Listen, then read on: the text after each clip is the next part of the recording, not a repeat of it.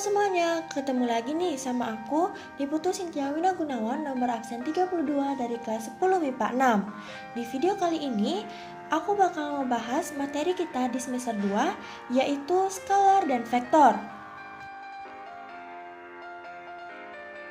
Di mana di video kali ini bakal ada 3 topik yang akan kita bahas, yaitu tentang pengertian skalar, pengertian vektor, dan juga ruang vektor.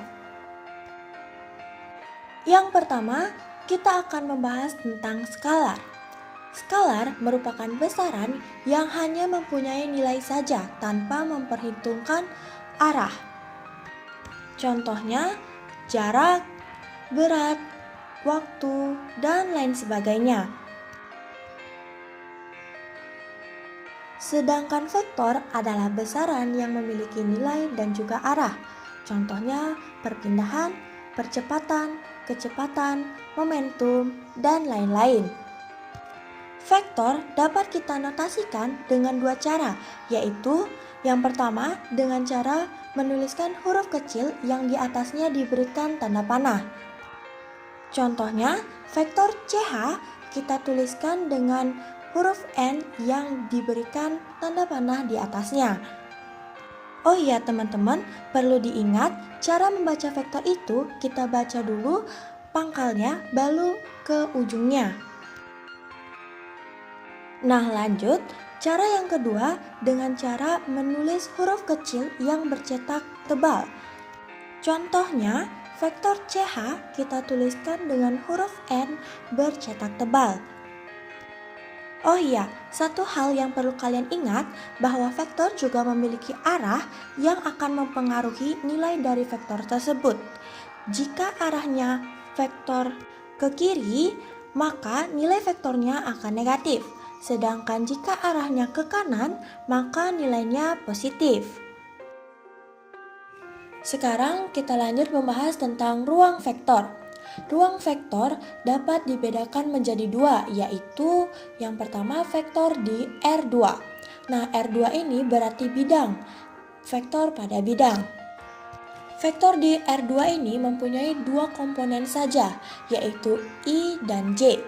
Teman-teman bisa perhatikan vektor berikut. Di sini ada vektor A yang kita bisa tulis 6, 4.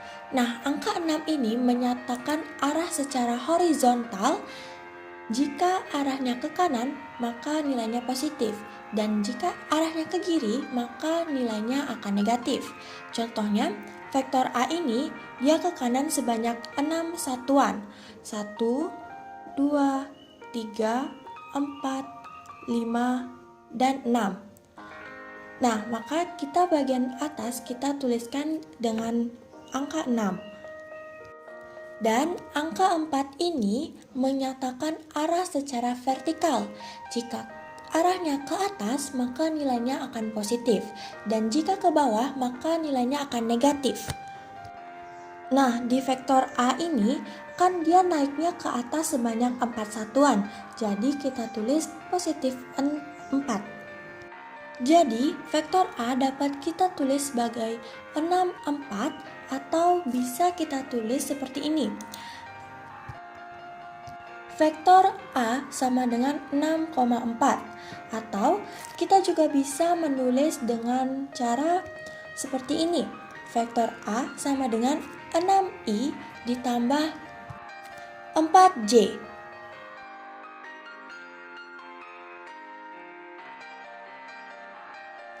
Nah lanjut, yang kedua ada vektor di R3. Vektor di R3 ini berarti vektor ruang atau 3 dimensi.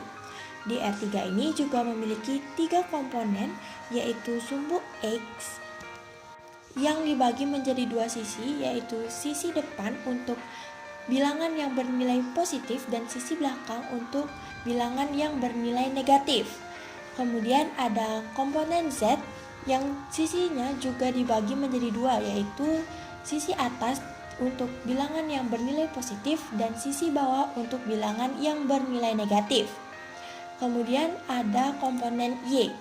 Nah, ini juga sama, sisinya dibagi menjadi 2, yaitu sisi kanan untuk bilangan yang bernilai positif dan sisi kiri untuk bilangan yang bernilai negatif. Contoh, misalnya kita akan menggambarkan vektor n. Nah, vektor n ini ada 2, 3, dan 5. Angka 2-nya ini menunjukkan X. Nah, karena dia positif, jadi kita tulis di sisi depan ya guys. Kemudian angka 3-nya ini menunjukkan komponen Y. Nah, karena angka 3-nya ini positif juga, jadi kita tulisnya di sisi kanan. Dan untuk angka 5-nya ini menunjukkan komponen Z. Nah, angka 5-nya ini juga bernilai positif, jadi kita tulis di sisi atas ya guys. Nah, kalau udah gambar titik-titik kayak gini, kita tarik garis biar berbentuk balok gini ya guys. Kalau sudah berbentuk balok seperti ini, kita tarik garis dari titik tengah ke titik ujung baloknya. Nah, itulah vektor n yang kita gambarkan.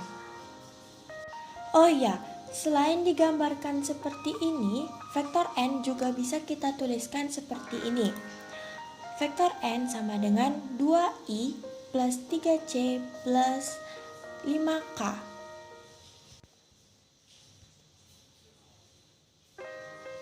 Nah, teman-teman, berikut ini ada soal-soal yang bisa kalian kerjakan sebagai latihan di rumah ya.